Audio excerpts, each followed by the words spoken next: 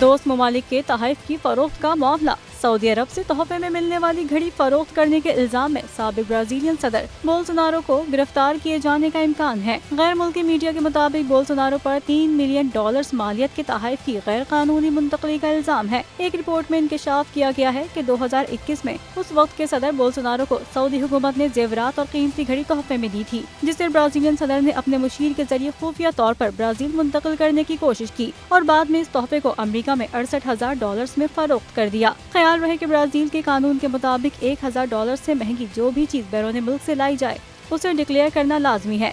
साथ ही सदूर गैर मुल्की तहफ़ तोशाखाना में जमा होने के बाद साथ ले जाने के अहल नहीं होते। बोल्सोनारो के वकला का कहना है कि तहफ़ रियासती नहीं, हुकूमती पैनल बेशतर तहफ़ जाती मलकियत करार दे चुका है। दूसरी जानिब तोहफे में मिलने वाली घड़ी की फरोख्त के हवाले से ब्राजीलियन इदारा तहकीकात कर रहा है। इल्जाम साबित होने पर साबिक सदर को गिरफ्तार भी किया जा सकता है।